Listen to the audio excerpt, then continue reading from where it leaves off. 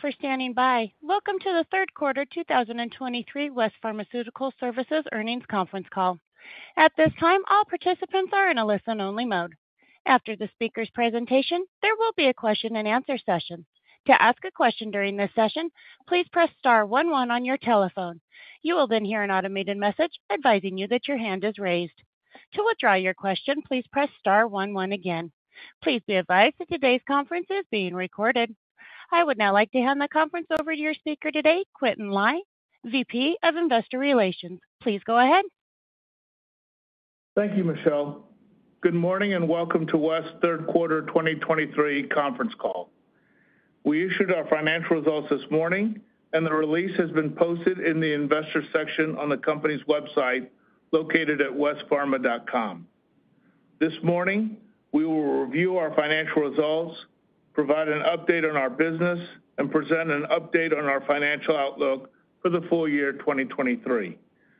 There is a slide presentation that accompanies today's call, and a copy of that presentation is available on the investor section of our website. On slide 4 is our safe harbor statement. Statements made by management on this call and in the accompanying presentation contain forward-looking statements within the meaning of U.S. federal securities law. These statements are based on our beliefs and assumptions, current expectations, estimates, and forecasts. The company's future results are influenced by many factors beyond the control of the company. Actual results could differ materially from past results, as well as those expressed or implied in any forward-looking statement made here. Please refer to today's press release, as well as any other disclosures made by the company regarding the risks to which it is subject, including our 10-K, 10-Q, and 8-K reports.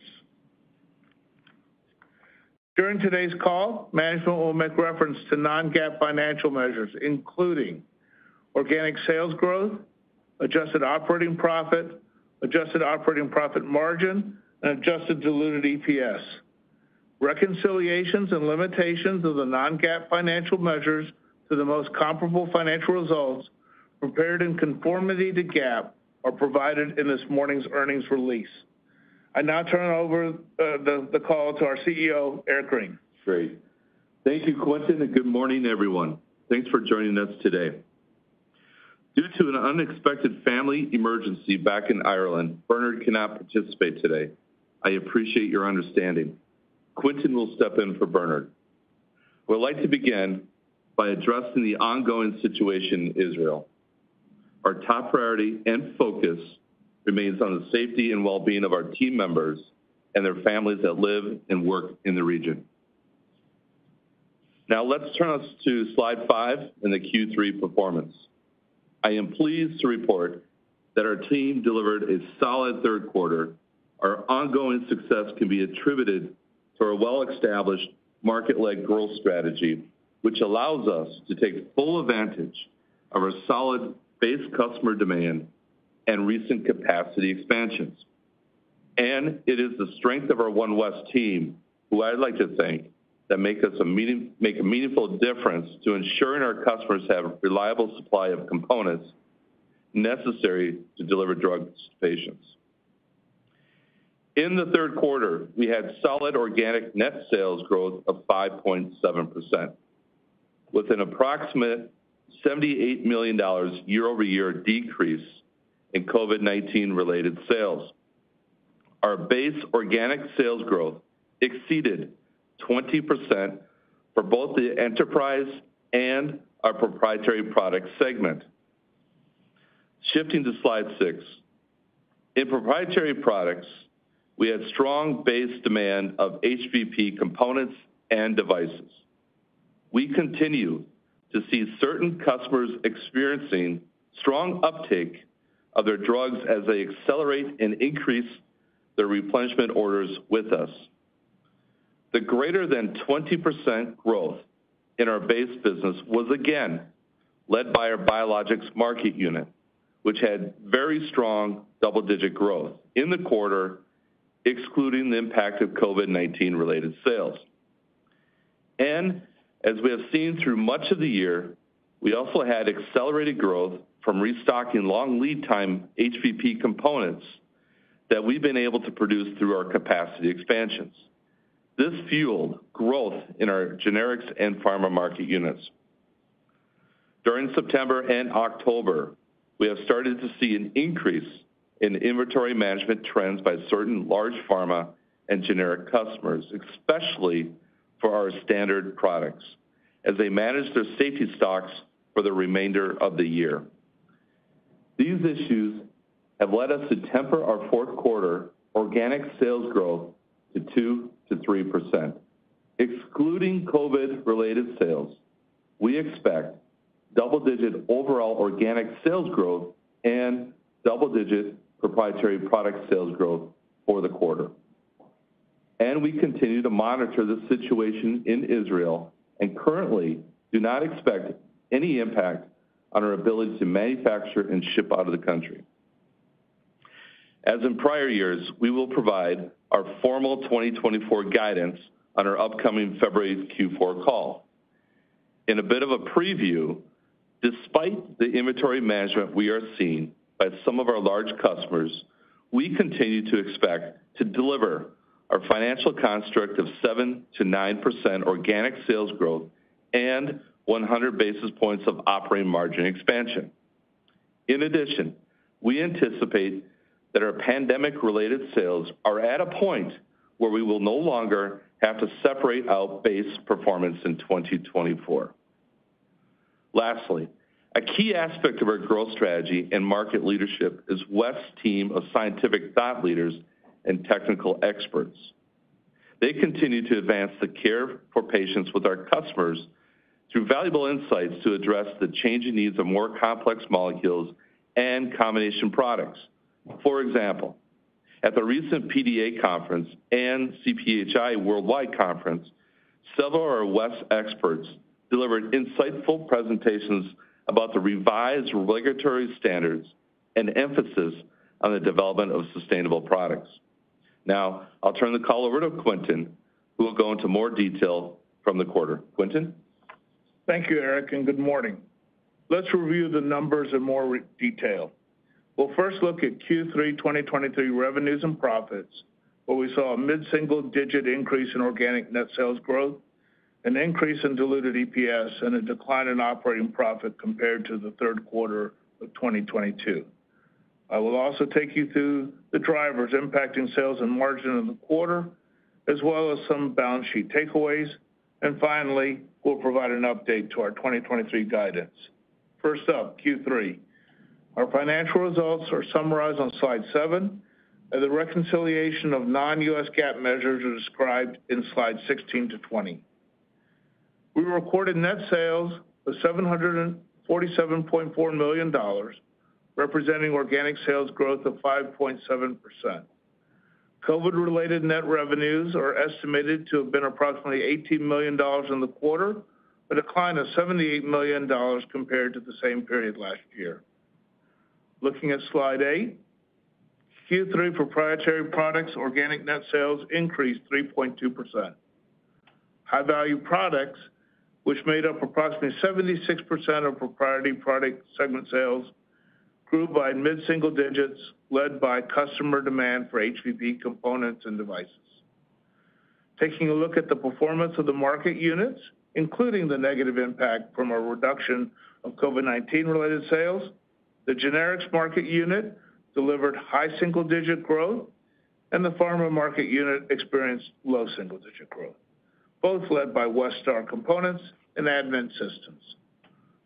The biologics market unit also saw low single-digit growth, driven by sales of FluroTec components and self-injection delivery devices. Our contract manufacturing segment experienced double-digit net sales, organic sales growth, led by an increase in components and sales of components related to injection-related devices and healthcare diagnostic devices. Our adjusted operating profit margin of 24.2% was a 290 basis point decrease from the same period last year. Finally, adjusted diluted EPS increased 6.4% for Q3. Excluding stock-based compensation, tax benefit, adjusted diluted EPS increased by 1% compared to last year. Now let's review the drivers in both our revenue and profit performance. On slide 9, we show the contribution to organic sales growth in the quarter. Sales price increases contributed $46.2 million, or 6.8 percentage points of growth in the quarter. Foreign currency tailwind was approximately $25.1 million, with 3.7 percentage points of growth. Overall mix and volume negatively impacted sales by $7.3 million. This includes an approximate $78 million reduction in COVID-19 related net demand, partially offset by positive volume and mix contribution from our non-COVID base business. Looking at margin performance, slide 10 shows our consolidated gross profit margin of 38.6% for Q3, down from 39.0% in the same period last year. Proprietary product third quarter gross profit margin of 43.4% was 20 basis points lower than margin achieved in the same period last year. The key driver for the decline in proprietary products gross profit margin was an unfavorable mix from a reduction in sales related to COVID-19 vaccines, offset by sales price increases that offset inflationary cost pressures in our plants. Contract manufacturing third quarter gross profit margin of 18.6% was 130 basis points higher than the margin achieved in the third quarter of last year, due to a favorable mix of products sold and increased sale prices offset by inflationary pressures on our plant labor costs. Now let's look at our balance sheet and review how we've done in terms of generating cash for the business. On slide 11, we have listed some key cash flow metrics. Operating cash flow was $537.4 million for the first 9 months of 2023, an increase of $44.2 million compared to the same period last year, a 9% increase primarily due to improvement in working capital. Our third quarter 2023 year-to-date capital spending was $253.3 million, $63.6 million higher than the same period last year. We continue to leverage our CapEx to increase our high-value product manufacturing capacity. Working capital of approximately $1.44 billion at September 30, 2023, increased by $38.3 million from December 31, 2022, primarily due to growth in our current assets, offset by an increase in our current portion of long-term debt. Our cash balance at September 30, 2023, was $898.6 million and was $4.3 million higher than our December 2022 balance.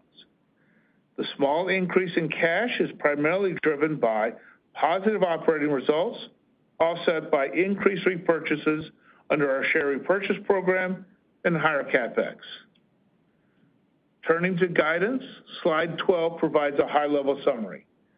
We're updating our full year 2023 net sales guidance and expect net sales to be in a range of $2.95 to $2.96 billion, compared to a prior guidance range of $2.97 billion to $2.995 billion.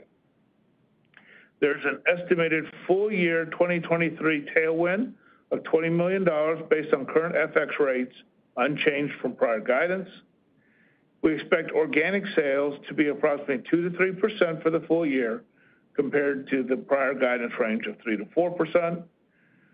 We are raising our full year 2023 adjusted diluted EPS guidance to be in a range of $7.95 to $8, compared to a prior range of $7.65 to $7.80.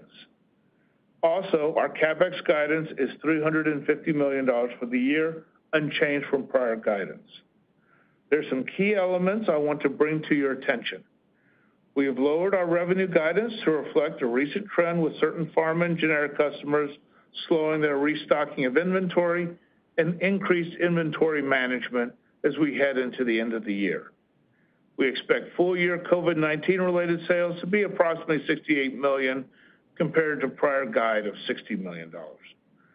Net sales guidance also includes a reduction of $8 million resulting from a divestiture of a European facility that produced standard proprietary products, and this is unchanged from prior guidance. Full year 2023 adjusted diluted EPS range includes an FX tailwind of approximately 7 cents based on current FX exchange rates, compared to prior guidance of a tailwind of 5 cents. The updated guidance also includes EPS of 41 cents associated with year-to-date 2023 tax benefits from stock-based comp. Our guidance excludes future tax benefits from stock-based compensation. I would like to highlight that over the last 5 years, our base business growth, excluding COVID-19, has been within or above our construct of annual organic revenue growth of 7 to 9%. And over this same time period, we've averaged annual operating margin expansion of over 100 basis points. As Eric mentioned earlier, we are providing a preliminary look to 2024. Based on current trends in demand, we anticipate that West will again be within our long-range financial construct of organic sales growth and operating profit margin expansion. As usual, we'll provide more detailed guidance on 2024 in our February call. I'd like to turn the call back over to Eric. Thank you, Quintin. To summarize slide 13, we had a solid Q3 performance and are on track for double-digit base organic sales growth in Q4. Our base business remains strong, which is a testament to the durability of the foundation we have built over time. We are proud to serve as a valuable, trusted partner for customers to support patient health and look forward to continue to play a critical role in delivering healthcare well into the future. Michelle, we're ready to take questions. Thank you. Thank you. As a reminder, to ask a question, please press star 11 on your telephone and wait for your name to be announced. To withdraw your question, please press star 11 again. We ask that you please limit yourself to one question and one follow-up question. Please stand by while we compile our Q&A roster.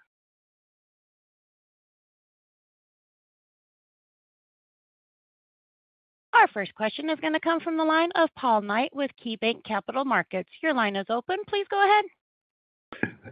Hi, Eric. Hi, Quintin. You mentioned this stocking issue was kind of in the standard products category, which leads to the question of in the high-value product category, are you obviously, we know you're supplying GLP-1 products, but are you capacity constrained on that side of the business?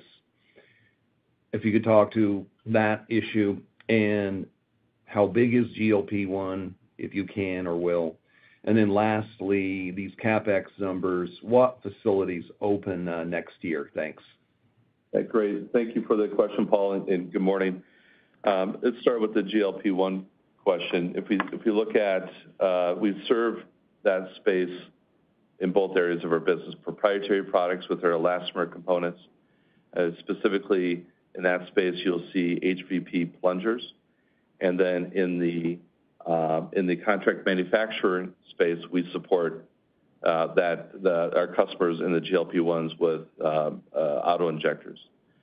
So I would say today, from our perspective, we're not capacity constrained. We're able to re-leverage some of the assets that we had that we put in place for COVID, a lot of that technology, and we also leverage our global network.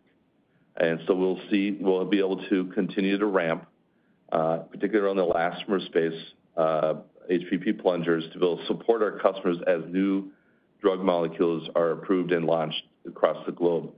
On the CM side, we are currently producing auto-injectors into the market, and we've been asked to expand capacity, which we've actually put expansions in place, and they're ongoing. It'll take several quarters to get completed and validated throughout 2024. And particularly those sites that we're referring to, Paul, is Dublin and also Grand Rapids, Michigan. So significant investments in those two areas. And from a market size perspective of GLP-1, we don't We haven't commented. We still will not. We would say that from a volume perspective, I would focus from our customers on how they communicate their expectations. But I can assure you that we're working with them to ensure that we are not and will not be the bottleneck as we continue to grow in that space for a number of years to come. In regards to the restocking, you're absolutely correct. It's not as much in the HVP area. It is really around our standard products. It's in categories around disposable medical devices. This tends to be the standard elastomer components. And we're being, asked to divert some of those orders into 2024. So that's the cadence. It's not a loss of share. And we continue to have a very healthy win ratio of new approved molecules, particularly in biologics. And so our position from a market position hasn't changed, but it is just a timing of inventory management with a few select customers. Thank you. And we'll move on to our next question. One moment, please. Our next question is going to come from the line of Larry Solow with CJS Securities. Your line is open. Please go ahead. Good morning, guys. Thanks for taking the questions, and wish all luck to Bernard. I guess the first question, Eric, is just a little bit of a slowdown in proprietary products just seasonally, and I know you guys were increasing capacity, so I'm just curious. I thought we were going to kind of trend up. Is there just a little bit more of a return to some seasonality you're seeing? I know Q3 historically, pre-COVID was kind of a little bit slower. Then the last few years have obviously been, I think that's been thrown out the window. But are we kind of getting back to some of that, and maybe that kind of goes in hand with the inventory management too, where now supply chains are maybe somewhat normalized, so some of the larger customers have the ability to manage their inventory better as well? Yeah, Larry, thanks for the question. First of all, I'll pass on your remarks to Bernard a little bit later. In regards to the inventory management, what we're seeing, it's not seasonality, or it's more around timing of orders. So if we think about the investments we're making, and I know Paul earlier asked about specific capital investments in different plants, and most of our investments, about two-thirds, let's call it two-thirds of our CapEx is around growth orientation. Right now, there's a heavy emphasis around HVP, particularly around plungers. And also in the CM side, it's been a little bit larger than typical because of the supporting some of the new drug launches coming down the road. But we're seeing some of and so those investments are going to be at our major HVP sites, and I already commented on which sites for CM. In regards to timing of the orders, and it's not seasonality. It also is timing of customer manufacturing schedules. So what I would look at is Q3 with the 20% base organic growth, and I commented that biologic, we won't give the number, but was led that, so it's obviously above. Right. That is really new molecules in the market and success of those existing molecules in the market already. Mm-hmm. And so the demand continues to be layered on top. We play in Kinston site as an example. We installed new capacity for NovaPure plungers. We've been ramping that up through Q3, and we'll also do that through Q4. And we should be able to relieve the back order situation by the end of this year, and we'll be in a very good position to be able to service our customers effectively throughout 2024 in the fastest area of growth. So hopefully that gives you some context, Larry, of what we're seeing. It's really mostly around standard products in the market. Gotcha. Great. Just shifting gears, just on a follow-up, just on the hard value solutions, and you kind of gave a good leeway into that.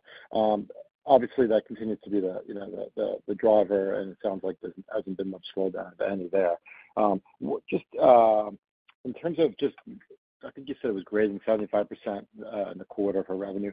Can you remind us approximately what it was last year, and more importantly, I know it's a lot lower on volume. Can you just give us a kind of a guesstimate of where it is on a volume basis, and And I imagine NovaPure still remains a minority piece of that, and that sounds like that's, potential to be the fastest growing piece going forward. So any color there will be great. Thanks.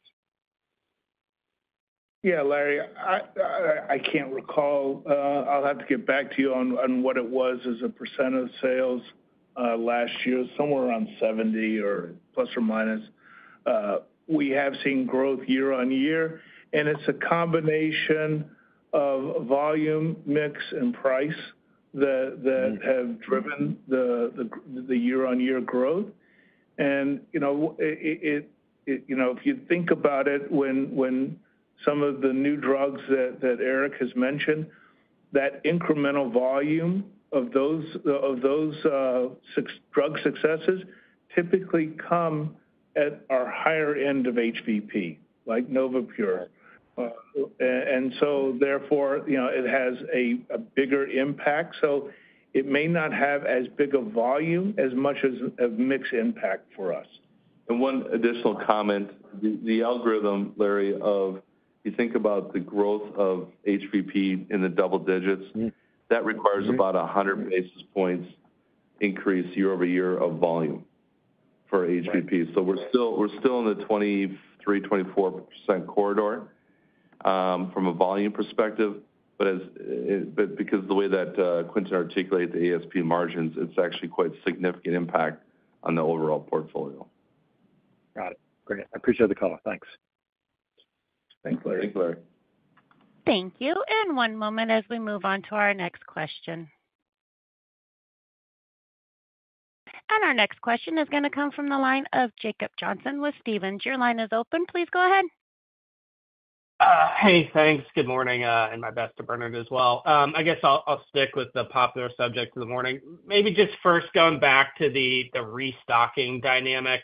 You call it out as a slowdown in restocking trends. I'm just curious kind of what surprised you about this. Is it a lack of restocking and customers not going to as high of safety stock as you would have expected?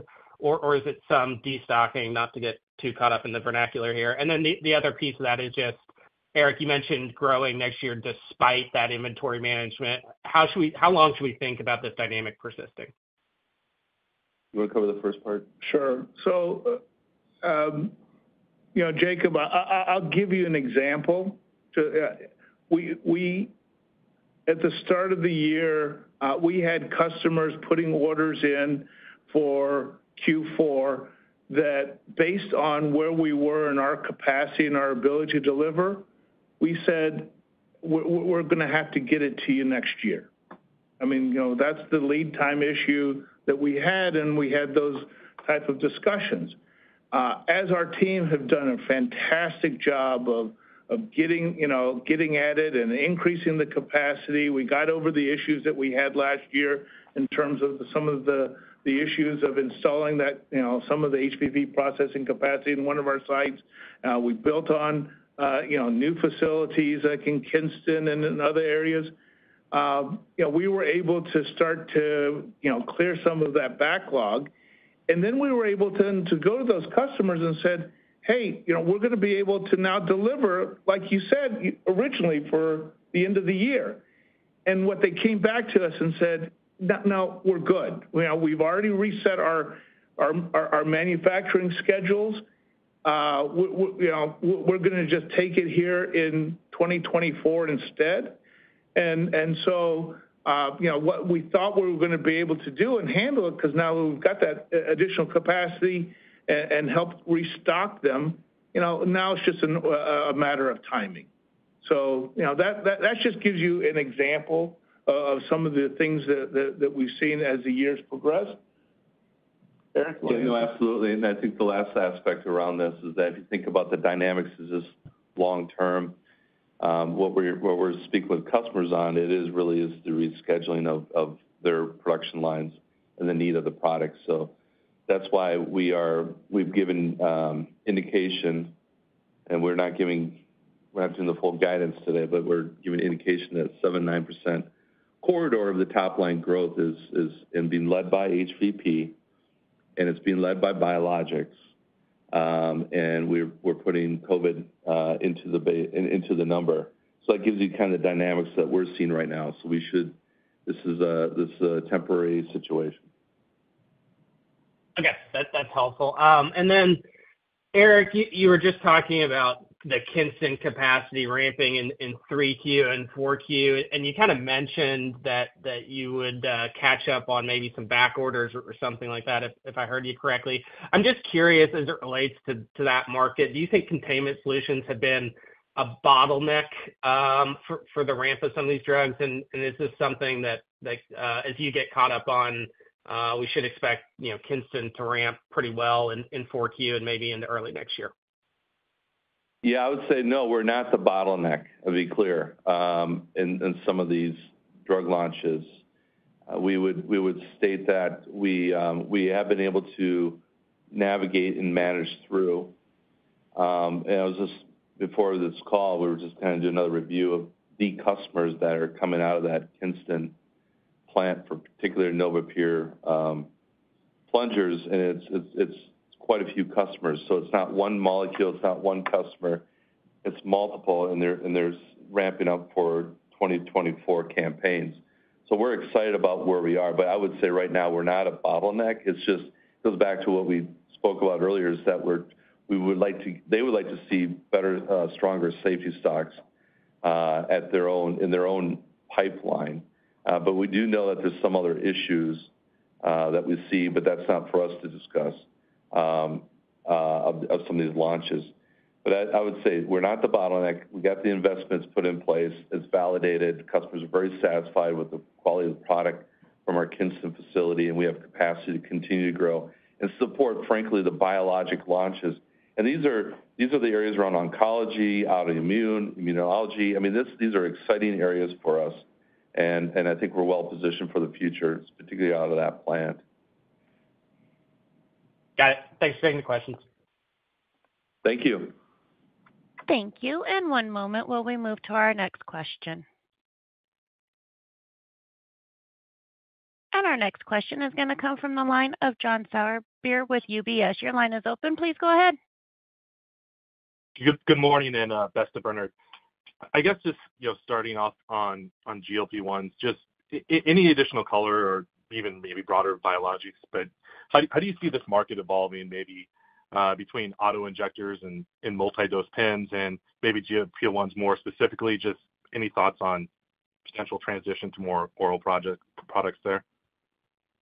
Yeah, no, I don't want to be speaking on behalf of my customers. I got to be careful here. So what we're prepared to do for them is we'll continue to be the key manufacturer of elastomer components that go into several of these auto injectors and other modalities. And so from a elastomer position, we're very encouraged with our HVP plunger portfolio, and we're able to support them on the demand and actually stay ahead of the demand with our manufacturing capabilities. We mentioned a little bit earlier today that some of the assets we put in for COVID are actually fungible for this, not just for GLP-1, but for HVP in general. I think in regards to multi-use pens, again, I would refer to our customers in that discussion. But from our point of view, we participate in all.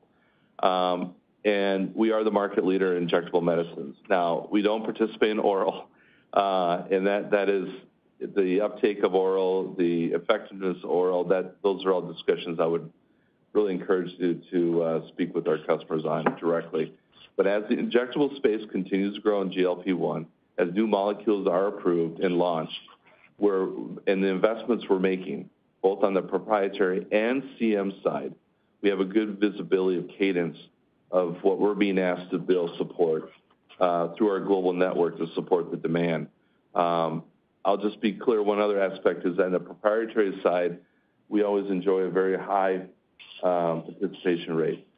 On the CM side, we've been very clear that our customers are looking at multiple suppliers to support them, and we're one of them. So we're positioned very well on both sides of the business. Hopefully, it gives you some context of what we're seeing. Yeah, thanks. Appreciate the color there. And also, just looking to the high level framing around next year, you've had pretty strong pricing this year, I think in the 5 to 6% range. Just any color on what you think pricing could shake out to for 2024? Yeah, I won't give exact at this point because we are still working through our details, and we have been in discussions with customers. I think one thing to think about, you're right. This year we were communicating between 5 to 6% net price realization.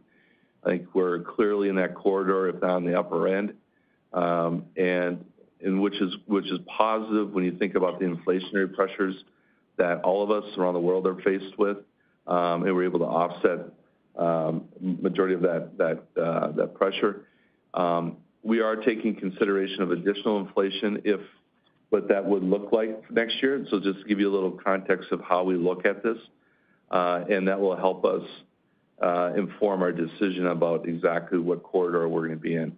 But I would say, I can say here that the historic, I'm talking years ago, when we were at sub 1 or between 1 and 2%, I believe that's behind us. We do think we're in a better position to capture more price going forward. Thanks, Eric. And then the last one, just on my end, on COVID, sounds like you're no longer going to break that out next year. There was an increase in the guidance for this year. Anyway, just to think about, what is the endemic level there on COVID going forward? Yeah, I think just based on the guidance Quentin articulated, and I think both Bernard and Quentin have been clear on, is we're looking at about $68 million for this year. So it would basically, if we do the delta, it's about $8 million in the fourth quarter. And that means, compare that to $388 million prior year, and we had a little bit more of that the previous year to that. It's hard to predict, but in the last 2 quarters, we've been basically between $10 and $20 million a quarter.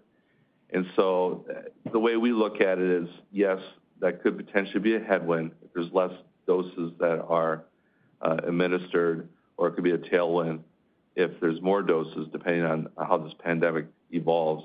But right now, our thinking is to put it into the base and run the business as a whole, because at this point it's becoming a very small portion of overall West. So yes, we'll be clear for the balance of this year, but then we'll give better clarity in February if we think if we do need to still call it out. But our thinking right now is to eliminate that. Thanks for taking the questions. Thank you. Thank you. And one moment as we move on to our next question. Our next question is going to come from the line of Matt Larew with William Blair. Your line is open. Please go ahead. Morning. Obviously, the focus in terms of the contract manufacturing and auto-injector investments right now are around GLP-1s. But there's, growing interest, I think, more broadly in new delivery modalities, and obviously you have your Smart Dose platform. So just curious if you can maybe update us on either the interest, the funnel pipeline, or more generally, what discussions with customers are like in more of the device category that you've been invested in.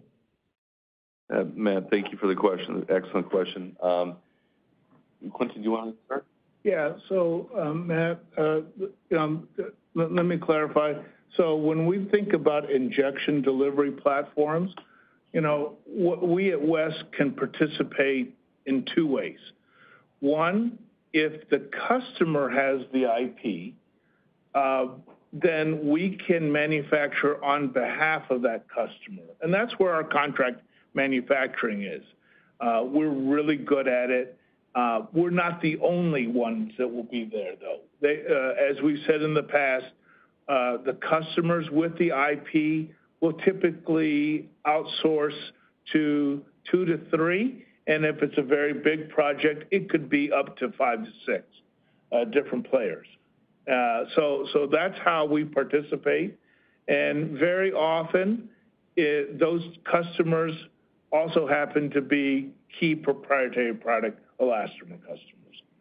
And then on the Smart Dose side, that is proprietary to us. That is our design, and that's when customers come to us and work with us to spec in that device with their drug to make a drug-device combination therapy. And there we're seeing really active uptake. We are up to 4 now drug approvals using our Smart Dose platform, and we have a very active pipeline of customers that are evaluating the platform. Excellent. Thank you, Quentin. Okay. Thanks, Quentin. And then next on capacity, obviously, sort of Kinston is ramping to full capacity. I think you'd referenced maybe adding to the Waterford site in 24. So I guess just as we think about where capital is moving next from an investment perspective, is it Waterford? Are there other sites or particular categories you have in mind? And as you're doing that, I know you've referenced building additional automation into newer builds. Are those things that can help speed time to ramp or more just benefits at steady state? Yeah, so the 2 points, if you think about the first one in regards to our network and where we're investing our capital, particularly on HVP, it's heavily concentrated between Kinston, a little bit in Jersey Shore up in Pennsylvania, but in Europe, it's Waterford and Eschweiler. And we're also looking at additional expansion in Singapore to be able to support the Asia market. But the priority has been really around the U.S. and Europe, and we'll continue to invest. And it's interesting, the growth that we're experiencing with HVP, to be able to support that. It is really around, you think about the pharma washing, sterilization, and vision, that is helping us to drive the HVP conversion. So I'm excited about where we are, but also the investments are in flight, what that will give us, and also give us the ability to do uplift on the additional demand that we expect. The automation is ongoing, and I'm pleased with some of the recent progress we made on new technology for West that allows us to be more efficient, improve quality. In my mind, I'm always looking at ways to improve safety, and also allows us to scale up faster when we start thinking about to support various areas, whether it's biologics, with what I mentioned earlier about oncology, immunology, or autoimmune. But it's also thinking about how do we support this scale up on GLP-1. And so this automation that we're working on with a couple of our external partners, I need to get over to Europe recently to see some new investments that we put in place. I'm excited for what the engineering team has been doing, and it's going to give us the ability to scale faster. But more importantly, I think the automation will provide a better product that continues to differentiate West in the marketplace. That's what I'm really excited about. Yes, we'll get efficiencies. Yes, we'll get more throughput. But reality is, and my main focus is a higher quality product that differentiates in the market. Okay, thank you. Thank you. Thank you. And one moment as we move to our next question. And our next question is going to come from the line of David Windley with Jefferies. Your line is open. Please go ahead. Hi, good morning. Thanks for taking my questions, and best to Bernard and his family. I wanted to start on stocking and just understand some moving parts a little bit better. I'm understanding, I think, well, that you're talking today that within elastomers or components, the destocking is mostly standard. I think early in the year, we had understood that you had some areas that post-pandemic, maybe Westar, for example, post-pandemic had, not gotten the capital allocation, the growth allocation, and were understocked and catching up. And so I guess I wanted to try to understand better if those two factors were both at play and offsetting in the quarter, or maybe the Westar was already done and therefore the standard destocking now is what we're feeling. It feels like there have been through the year moving parts in both directions, and I just wanted to understand those and the cadence of them. Thanks. That's a good question, David. Hey, Dave.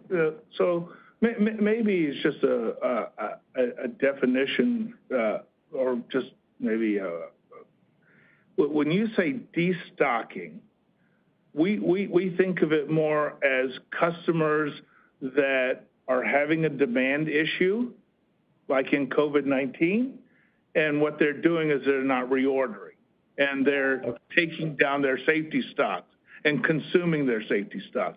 And that's certainly happening in COVID-19, which we're seeing year-over-year declines. The other impact is the fact that, we have been, behind in terms of delivering because of our capacity constraints. And then as we've been able to restock, the base growth that you've seen in generics and pharma is well above the financial construct. So that has been going on for, the first part of this year. What we're seeing now is that base growth is going to temper. It's not declining. It's just not going to be as high as we thought it was going to be in Q4. That's why we're calling it a slowing of a restock. It's not necessarily a destock situation. And again, a lot of it happens to the fact that we've done a really good job of clearing the backlog. We've gone to our customers. We said, hey, we have that capacity to deliver product, and they said, no, given where we are in the year, given where our manufacturing schedules are, we would rather it be delivered next year instead of Q4. Okay, helpful, thank you. In thinking about your initial comments on 24, and admittedly, appreciate your answers to Paul's question to start on GLP-1s, and I think we all know that the attention there is probably overwrought. But in so much as there's a lot of enthusiasm for that particular class, I think your folks that are paying attention to West believe that can be a very strong driver for you, perhaps in excess of your long-term construct. Would you tell us that our assessment of that is too enthusiastic, or is it that the pace at which that comes on is perhaps not as quick as we think? Or is it that other parts of the business are offsetting and those things net you into that 7 to 9% target range? Thanks. So, again, understanding your question, here's our philosophy. We need to be ready for whatever the customers need from us. And so that's why our teams have such great communication with the customers. We have cited that we have customers that are doing really well and are increasing their reorders. In the event that those things change to the positive, that's where our global network is ready. We are so we're in position for that. We've got the global network to do that, and so. Now, what happens to that class of drug? That's really better addressed by our customers. All we can say is that we'll be ready and continuing to be ready, and that's why we've got so much capital projects going on right now. Eric? So, Dave, in addition to that, Quentin's right.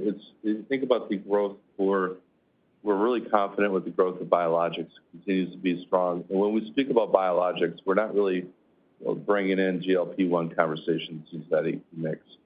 And so the growth we talk about 7 to 9% construct. It has to be led by HVP. It's to be led by biologics. That really isn't part of the GLP-1 conversation.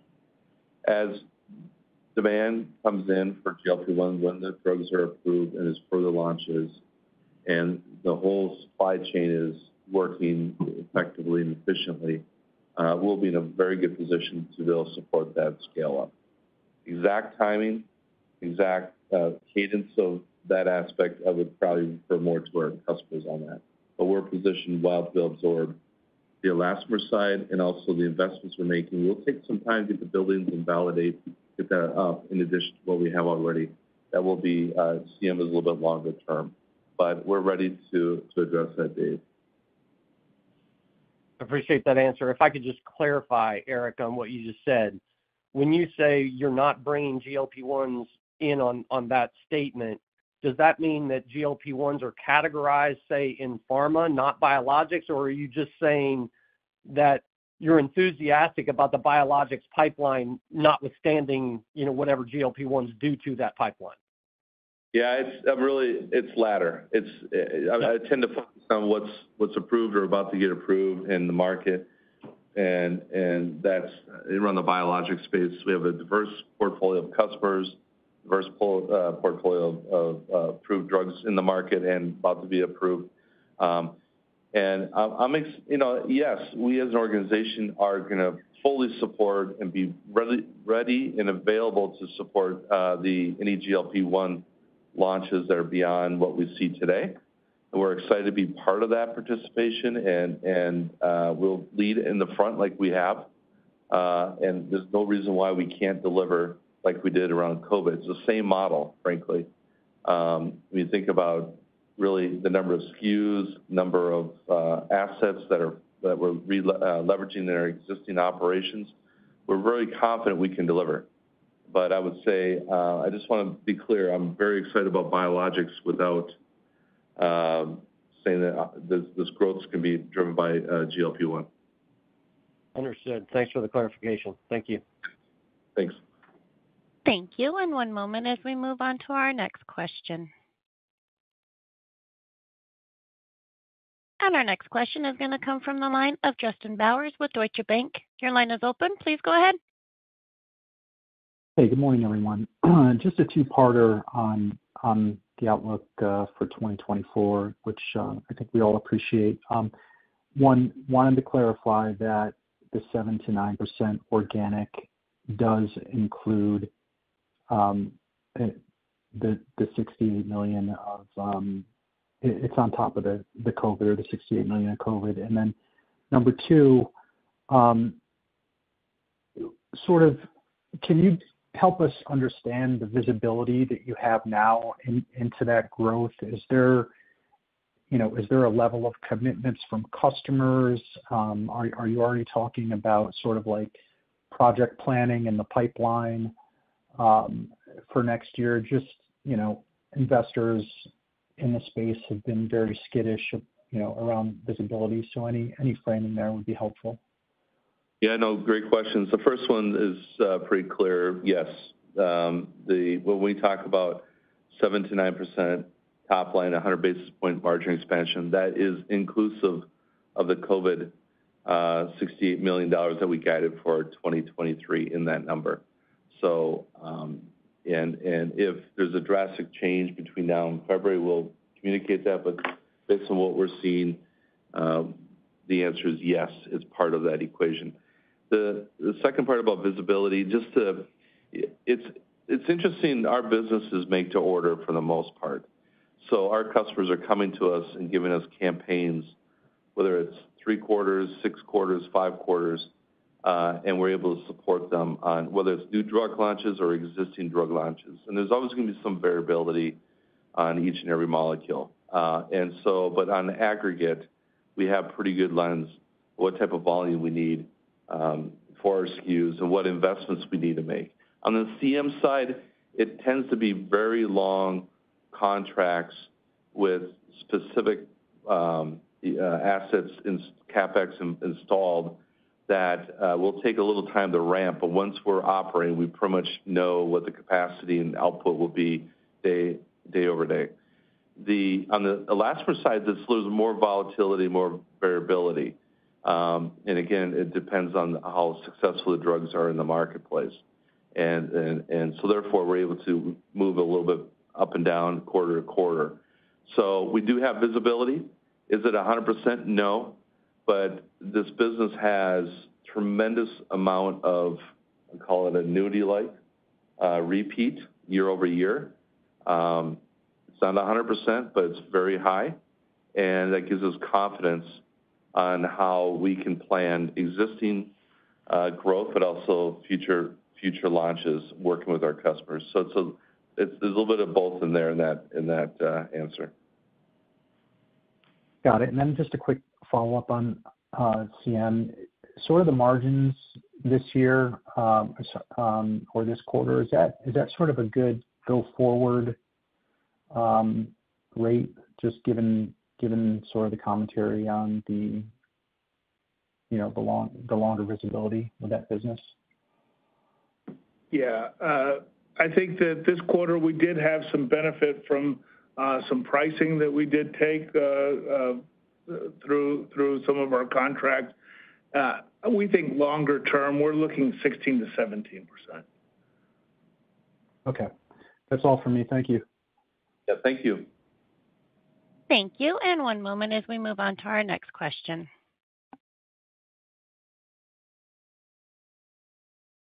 And our next question is going to come from the line of Derek De Bruin with Bank of America. Your line is open. Please go ahead. Hey, thanks for taking my question. So the margin guide that's implied for the fourth quarter, to get to your EPS number, that is basically, and sort of using your organic revenue growth guides and everything you put in there, to get to that, your EPS number for the year, even if we don't assume you're going to get any of that stock-based compensation, it looks like you're going to take a pretty big step down sequentially, Q3 to Q4. I'm just curious what's going on. Is it validation of lines? Why is this sort of the implied margin step down so big between the quarters? Thanks. Hey, Derek. Thanks for the question. Really, it's just utilization and absorption. Given that we're probably going to have lower volumes through our facilities in the fourth quarter, we just want to make sure that we have a reasonable swag at gross margin. And then, we're going to continue to manage our costs on the SG&A and R&D line. So that's where the margin impact is really going to be reflected, especially in proprietary products margin for the quarter. Got it. So gross margin on proprietary products you expect to be down sequentially, just given the utilization issues. That's right. Gotcha. And then CM to get back down to kind of that 16.5% range. Got it. Okay. And so how long does that sort of drag on proprietary products as we start thinking about building out our quarterly models, our quarterly estimates for next year? No. Look, we're in the process of formalizing kind of the plans for 2024. But as we look at it next year, with the top line growth that we get, led by HVP, you're going to see gross margins improve year on year. Got it. Okay, that's great. And just going back, I know we've talked about the guide and its questions have been asked, but I've covered this stock for a while, and you're right. You historically are doing better than your 7 to 9% construct. Why wouldn't you do at least the high end of that range next year? Given you've got pricing, you've got demand, you've got some orders that got pushed from this year to next year. Why wouldn't COVID is normalizing? Why wouldn't that be just like? Why wouldn't that be a reasonable 9% or better? Well, Derek, look, we're sitting here in October. We're putting our plans together. We're trying to give you a kind of a preview of next year, and we're also doing it cognizant of the fact that we're hearing other life science tools companies upstream of us talk about softness and tougher times.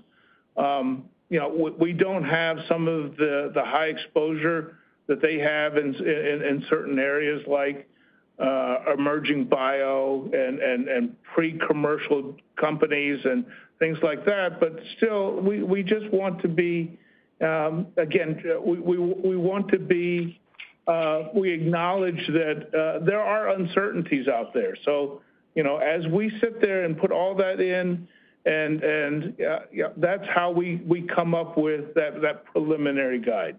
And we'll provide a lot more detail in February because we'll have a lot more information then, and we're happy to come back and talk to you then. Yeah, and I think we've been consistent on the message that that's just, to us, we want to continuously hit or exceed. So that's where we sit right now with the visibility we have. Great. Thanks a lot. Appreciate it. Thanks, Derek. You bet. Good talking to you, Derek. Thank you. And I would like to hand the conference back over to Quintin Lai for any further remarks. Thanks, Michelle. Thank you for joining us on today's conference call. An online archive of the broadcast will be available on our website at westpharma.com in the investor section. Additionally, you may access a replay for the 30 days following this presentation by using the dial-in numbers and conference ID provided at the end of today's earnings release. That concludes the call. Have a nice day. This concludes today's conference call. Thank you for participating. You may now disconnect.